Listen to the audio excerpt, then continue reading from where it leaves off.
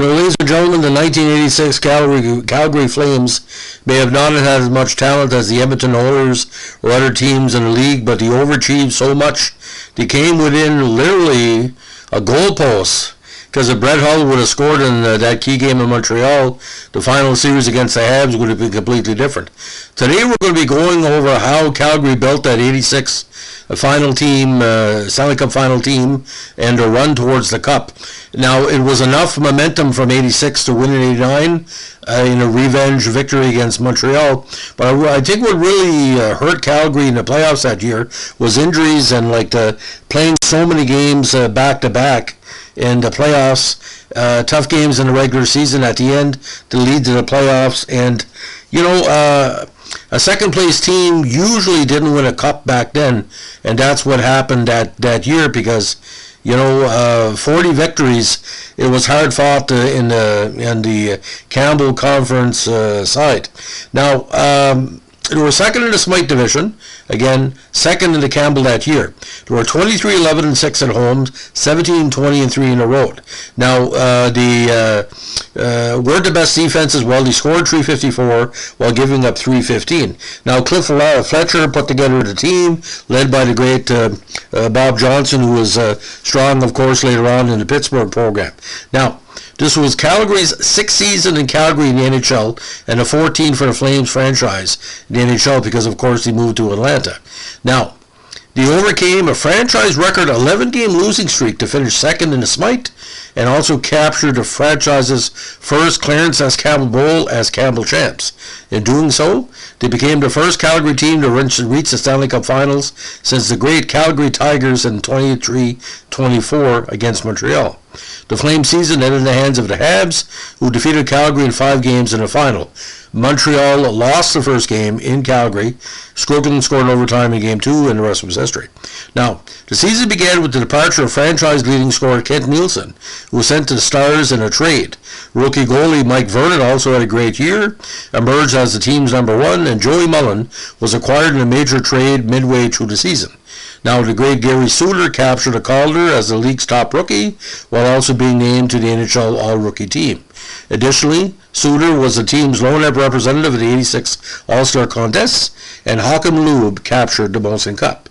Now, the Flames upset the Oilers in the Smythe Division Final to end the Oilers' hopes of winning a third straight title. Of course, Steve Smith's own goal off Grant Fuhr late in the third period. As Smith again shot the puck at his own net, he collapsed to the ice, and Flames players celebrate the difference maker in what would finish as a 3-2 Calgary win. Smith's error remains one of the most legendary blunders in hockey history, but of course he rebounded to win 2 more cups with Edmonton later on, and all was forgiven. Just a bad mistake, it happens. Now, the Flames began the year with a similar roster as finished the 85 season, with, of course, one major exception. Now, Kent Nielsen, the franchise all-time leading scorer, was sent to the Minnesota North Stars for 2 draft picks. He was viewed as a player with immense talent who ended each season as a perennial disappointment in the playoffs. Though he scored 99 points the season before, the Flames received few offers before agreeing to send him to Minnesota. As the deal provided no immediate help for the team, co-captain Dougie Risebrough anticipated that 85-86 would be a transitional year for the Flames, and the loss of Nielsen might force the team to play a more defensive style, including the trap, when compared to the team that finished in second in the league scoring the year previous. Now, the season opener was held in Calgary with a game against the Jets, the team that they eliminated the Flames in the first round of the previous year's playoffs. It ended with an 8-3 victory for the Flames, but not before a bench-clearing brawl resulted in the ejection of 5 players. Calgary was one of the top teams in the league in the early going, standing 3rd overall on December 10th with a 15-8-3 record. Now, 4 nights later, they were defeated by the Canucks 4-3 and continued losing for nearly a month, and we call that the month of head shaking because a team like Calgary should have not lost the number of games they did. After the Hartford Whalers handily defeated the Flames 9-1 on January 7th, 86, to send the Flames to its 11th straight loss, a franchise record, coach Bob Johnson promised changes. Among them was the recall of goalie Mike Vernon for the Moncton Golden Flames, who was given the start ahead of Reggie Lemla in their next game against Vancouver. He held the Flames in the game long enough for Jim Ploplinski to score in the first minute of overtime for a 5-4 victory that ended the 8th longest losing streak in NHL history. Now, during the losing streak, on December 29th, the Flames hosted Soviet team Dynamo Moscow in an exhibition game as part of the 85-86 Super Series. Vernon was given a start for the game to let Lemla rest and led Calgary to a 4-3 win. It was the Flames' second victory in 3 years against a Soviet League club and came despite what the team considered biased officiating by the Russian referee working the game. Now, the team enjoyed great success in the second half of the season, finishing the final 40 games 22-12-5. Vernon established himself as the starting goalie by mid-February and finished the regular season with only 3 losses and 15 decisions. The Flames ended the season in second place in the Smythe, 6th overall in the NHL with 89 points. Seeking to upgrade the team's offense as the playoffs approached, Fletcher completed a 6-player trade with St. Louis that brought Joe Mullen, a player who had scored at least 40 goals each of his previous 2 seasons, to Calgary. A second deal in March had the Flames acquire 4-time Stanley Cup winner John Tonelli from the Islanders and initiated a war of words with Edmonton Oilers GM and coach Glenn Sather, who accused Islanders general manager Bill Torrey of trying to help Fletcher eliminate the Oilers in the upcoming playoffs. Well, you do the math on that. Now, Edmonton finished the year 56-17-7, 426 goals scored. Calgary 40-31-9, Winnipeg 26-47-7, and Vancouver 23-44-13. They all make the playoffs. LA was well back 23-49-8. Now, the Flames began the playoffs with a semifinal matchup against the Jets, the team that eliminated them in the first round the previous season. They won the best of 5 in 3 straight, eliminating the Jets on a Lanny McDonald overtime goal in the third game. The victory set up a best of 7 smite against the Oilers, who had swept the Vancouver Canucks in the opening round.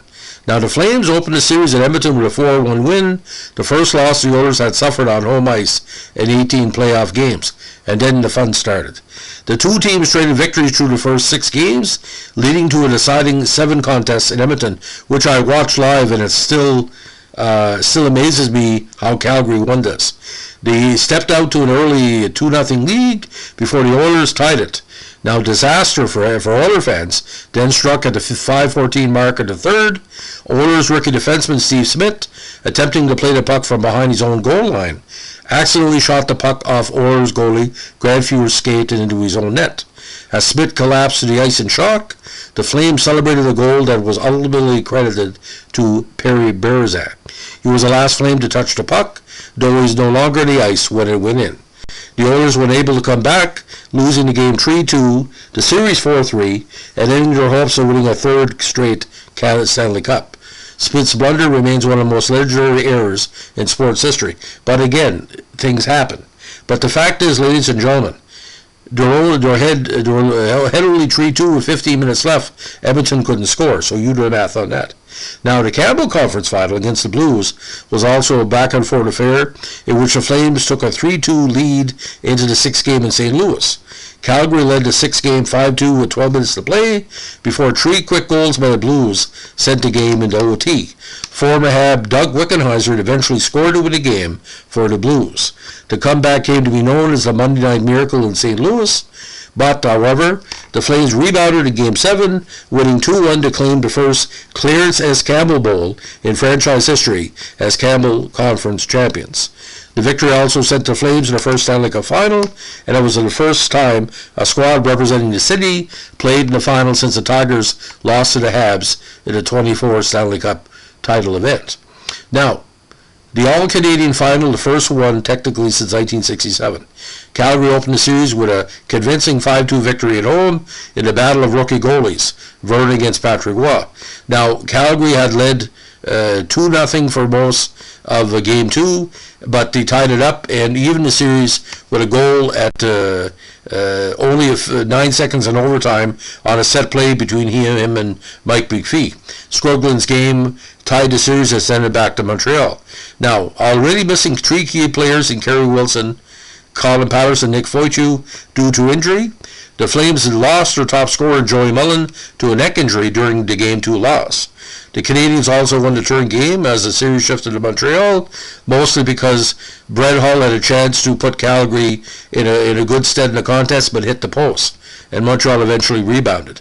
They also won Game 4 on a Claude Lemieux goal in a 1-0 victory. Now, the Game 4 loss pushed the Flames to a brink of elimination. Now, Montreal dominated Game 4, leading on 1.41 before the Flames made a comeback attempt. They scored with less than 4 minutes remaining and then moved within 1 goal when Mullen, who returned for Game 5 wearing a neck brace, scored with 40 seconds left. Now, a desperate push at the end of the game led to several chances, but Roy made numerous key saves as time expired. Now, as the buzzer sounded, Montreal celebrated the 23rd Stanley Cup title in franchise history, but the fans loudly chanted, "Thank you, Flames, in appreciation of their team's efforts." Now, we can't underestimate why the Battle of Alberta was as strong as it was in '86, which led Calgary to have heavy momentum up until that game 2. Now, the Battle of Alberta between Edmonton and Calgary dominated the Flames' focus late in the season as they continued to struggle against their provincial rival. The two-time defending champ Oilers were nearly unbeatable against Calgary, losing just 5 of 31 matchups over 3 years. Calgary's frustration against Edmonton was highlighted by a mid-season game where, after a large brawl that resulted in the ejection of 5 players from the game, Calgary's Doug Risebrough ended up in the penalty box with Marty McSorley's Oilers jersey. Risebrough shredded the jersey with his skates before tossing it back onto the ice. Oilers coach Glenn Sather, enraged by the act, called Risebrough childish and threatened to send him a $1,000 bill to replace the sweater. Maybe, I don't think we were $1,000, a couple of hundred anyway. Now, realizing Calgary's path to the Cup final would go through Edmonton, Bob Johnson devised a 7-point plan for beating the Oilers that focused on limiting Wayne Gretzky, Paul Coffey, and Yuri Corey's creativity, limiting access to the left side of the ice, where the Oilers' top stars like to skate, leaving their physical players on the ice by not engaging them, and utilizing Neil Sheehy and Colin Patterson in roles designed to frustrate the Oilers players. He first utilized a strategy in a late-season game that ended in a 4-4 tie. Then the Flames then defeated the Oilers 9-3 in their final regular season meeting, a game that ended with another brawl and accusations by both teams that the other was sending their goons out after talented players. Now, the rivalry extended into the stands in the second game in the Smythe final at Edmonton. During the contest, popular trainer Bearcat Murray for the Flames went into the stands to rescue his son, Al, also a trainer for the Flames, and tore ligaments in his leg in the process. Al had gone to the stands in an attempt to retrieve Gary Suter's stick, which had been docked in the crowd and was being hidden by older fans. Fearing for his son's safety, Bearcat jumped in the fray himself, suffering the injury. While being wheeled into an ambulance, Murray blew kisses for the cameras. The incident caught the attention of a group of fans in Boston who formed the Bearcat Murray fan club and began showing up at the Boston Garden wearing skull caps and oversized mustaches, mimicking Murray's looks when the Flames played there. The Flames lost players on the ice during the physical series as well, as Kerry Wilson required surgery to remove his spleen after he was skewered by Steve Smith, according to Johnson. Suter had his season ended after suffering torn ligaments in his knee, followed with a low hit by Marc Messier. Now, when the 7th game ended in victory, Flames fans in both Calgary and at the Northlands Coliseum in Edmonton spilled out of the streets in celebration. The Sea of Red was born in that playoff series as fans responded to a promotion to wear the color with such enthusiasm that many stores across the city sold out of red clothing. The effect was not pronounced during games, where it was most pronounced during games, where nearly every fan in the Saddledome was in red. The Sea of Red inspired the Jets and other teams across sports to create whiteouts the following year and from the years later on.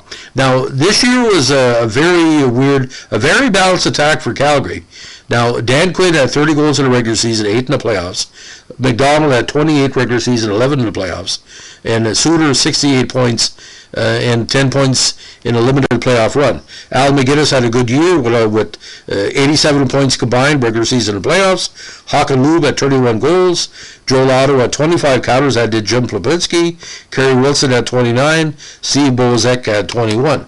But Joey Mullen, again, after the trade, put up 28 goals in 50 games. And Jamie McCown, Richard Crom, Colin Patterson, Perry Berza, Dougie Risebrough, Eddie Beers, each were double figures. Now, Calgary had a very rough team. You had Neil Sheehy, Tim Hunter, Tonelli coming over in trade, Dick Foytu, of course. But the key for Calgary this year, ladies and gentlemen, very balanced. Now, Mullen again scored 44 goals and 90 points combined between St. Louis and Calgary, and of course he was a top point getter for the Flames over a full season. Now, Eves came out of retirement May 4th, 86 to replace Kerry Wilson, who was injured in the playoffs. Now, Vernon was 9-3-3 in the regular season, 12-9 in the postseason, and Reggie Lemelin was 29-24-4, but only had 3 games with 1 loss in the postseason. Now, Gary Suter, awards and honors. Listed at 5 feet 9 inches tall by Central Scouting, Suter was considered too small for the NHL and went unselected in both the 82 and 83 NHL drafts. He eventually moved on to the University of Wisconsin, where Flame scouts noted they had grown 2 inches and was a leading player for his squad. Calgary selected him with their 9th round selection in 84. He joined the Flames in 86 and quickly established himself as the team's top defenseman in the eyes of his coaches and teammates. He finished again the season with 18 goals and 68 points, winning the Calder, and of course was the All-Star pick. Suter's 68 points was the second highest total by a rookie defenseman in league history, behind Larry Murphy's 76. Now, of course, we're going to talk about the draft trades. The draft trade that sent franchise scoring leader Nielsen to Minnesota, along with the 3rd round, was for 2nd round picks in 85 and 87. It was immediately controversial in Calgary, as players and fans were divided on the merits of dealing Nielsen. While some players felt the trade was inevitable, others expressed their disappointment at the move, including Lanny, who wondered how the team would replace Nielsen in offensive production. Former teammate Willie Plett supported the trade, noting Nielsen's inconsistency. Maybe I shouldn't be saying this, but trading a player like him, it never hurts you. The key was he didn't draw inspiration from his teammates. He was going to get his points, but it was saying he wasn't ready for the postseason. He didn't have a killer instinct. Now, the Flames' second big trade, we just talked about it, said Mullen, along with defenseman Terry Johnson and Rick Wilson from the Blues, in exchange for Eddie Beers, Charlie Bourgeois, and Gino Cavallini. The Flames had targeted Mullen, who had scored 40-plus goals each of his previous 2 seasons, and had 28 for the Blues at the time of the deal, believing it could be a game breaker for them heading into the playoffs. Now, that year was some big trades as well. Don Edwards was sent to the Maple Leafs, and eventually the Kent Nielsen turned out to be Joe Nieuwendyk, or as you call him, Joe Who, and Stéphane Matteau, if you believe that. And Joe became one of the greatest players of all time. Again, Mullen, Johnson, and Rick Wilson for Beers, Bourgeois, and Cavallini. Stevie Conroy and Richie Crom to the Islanders for Johnny Tonelli. Rangers, they picked up Foytu for future considerations. And, of course, eventually Wilson was traded to Chicago for Tom McMurtry. And other players they picked up included Robin Bartel and the Bob Bodak as well. Now, the entry draft again, Joe Nieuwendyk taken number 2, one of the best number 2 drafts of all time. And Timmy Sweeney came in at number 122, and the big man Stu Grimson came in as well. Now, at the time, Joe Nieuwendyk was the East Coast Athletic Conference Rookie of the Year from Cornell. Now, he ultimately had the longest NHL career of any Flame selection in the draft. He appeared in 1,257 games, scoring 1126 points, winning Stanley Cups to 3 different teams, Calgary in 89, Dallas in 99, and New Jersey in 2003, and he won a gold medal at the 2002 Winter Games. He was also selected to the Hockey Hall of Fame in 2011. Now, the idea about Calgary's team that year, a very balanced offensive and defensive attack. But I think what really hurt Calgary, going 3 games and 7-7 really hurt him. There were 17 games in by the time we faced Montreal, and we all know what happened when Montreal swept the first round. They took Rangers in 5, had a 7-game series against Hartford, but it wasn't as devastatingly intense as against series against the Oilers. But ladies and gentlemen, when people ask me what's the greatest dynasty of all time, I can't give it to Edmonton for that 4 out of 5, and I tell you why. The Oilers never choked in a Stanley Cup final. They overachieved. Edmonton playing Calgary. Edmonton should have won that series. They were a much better team, but Calgary was just either out-coached. I know it's saying a lot, but Bob put a plan together. Calgary was a team of 7 20-goal scorers, technically, plus some of the key Gary Suter and Al McGinnis, right? So they had a mixture of European, mixture of kind of American-style players, a lot of good Canadian, hard-working, junior players that did well to overachieve. Calgary's always been a workman-like team. And all I know, ladies and gentlemen, when Steve Smith put that puck in the net by accident, I said to myself, if you don't come back from this, we're going to be talking about this the rest of my life. And here it is, 36 years later, after me seeing the game, and I was just a young journalist coming up. I think I watched the game at the bar near my alma mater in Woodstock, New Brunswick, NBCC Woodstock, and I couldn't believe it. I mean, why would you put a rookie defenseman on the ice with 10 minutes left? You want to do a veteran. I mean, it happens, but I mean, and you couldn't score to tie it up with Gretzky and Messier and Curry and Anderson and Coffey and everybody else. They couldn't score. Calgary was a team of destiny. But again, Brent Hull hitting the post. If you know that story, it's another one of our podcasts. Go to listen to it. But really, what's kind of freaking me out there a little bit, because taking Dougie Risebrough will lose his fucking mind in against Edmonton, because with Montreal he was never, if you read the game by Ken Dryden, he was pretty well an easygoing guy. But the pure leadership on that team, they had no player over 75 points. Bunch of point a game people, but Poplinski, Joel Otto, Dougie Risebrough, Gary Suter, well over 100 minutes in penalties. Neil Shee as well. Timmy Hunter, my God, a nose and a face only a mother could love. And Charlie Bourgeois was drawing a lot of penalties, and of course Paul Baxter as well. A penalty box was not say a rental for Calgary. It was a full-time. Full-time monthly payout. Anyway, so ladies and gentlemen, there's a lot of YouTube of the '86 season. There's a lot of the Montreal Calgary highlights out there. But I want you, if you can find Game 7 against Edmonton, and just to see how after Calgary scored, everybody in Northlands was deflated. And I think basically they said, I can't believe it. And after the opening game loss, I mean, and the exchange victories and defeats after there, like I said, players like Jim Poplinski and Joey Mullen and even Lanny McDonald was 5 years past his prime. It was still, they were outworking Edmonton, and that system worked. It wasn't even the trap, because when they would get the puck, they would turn it the other way and sometimes score a key goal. Because Edmonton wasn't the best defensive team in the planet, ladies and gentlemen.